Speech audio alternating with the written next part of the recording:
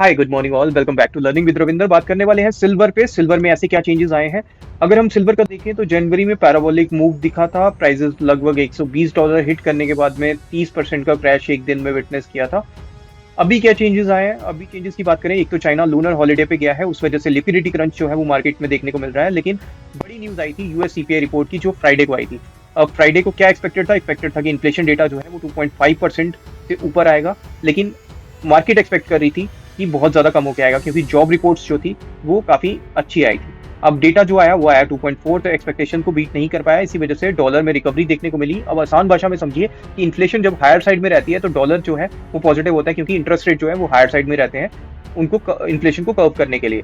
वहीं यहाँ पे इन्फ्लेशन डेटा कम आया, इसलिए हमें इवनिंग में डॉलर गिरता हुआ दिखा और गोल्ड एंड सिल्वर में बाइंग आती हुई दिखी।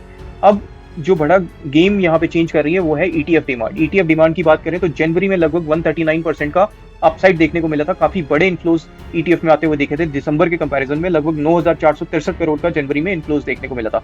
For the first time in history gold और सिल्वर ईटीएफ जो थे उन्होंने इक्विटी म्यूचुअल फंड से ज्यादा का इन्फ्लो देखा है जनवरी महीने में। एयूएम जो था वो 1.6 लाख करोड़ के आसपास पहुंच गया था। रिटर्न्स हमने जो देखे थे सिल्वर ईटीएफ्स में वो 45 से बढ़ के 52% तक हो गए थे। अब इसमें जो बदलाव देखने को मिला वो देखने को मिला जब जनवरी लास्ट में प्राइसेस क्रैश किए तो ईटीएफ में आउटफ्लो होना स्टार्ट हुआ। सिल्वर 13 फरवरी के आसपास की रिपोर्ट्स है हमारे पास। आई शेयर सिल्वर ट्रस्ट का जो 13 फरवरी की होल्डिंग थी वो 16,041 टन के आसपास की थी, और सिल्वर बीज में हाई लगे थे 360 के आसपास जनवरी में। वही अभी सिल्वर बीज जो है वो 225 से 232 की रेंज में ट्रेड कर रहा है। लो लगा था 205 का। अब बड़ी न्यूज जो है वो है सिल्वर इंस्टीट्यूट की तरफ से। उन्होंने कहा है कि ये 6th कंसेक्यूटिव ईयर है जिसमें स्ट्रक्चरल डेफिसिट देखने को मिलेगा सिल्वर में।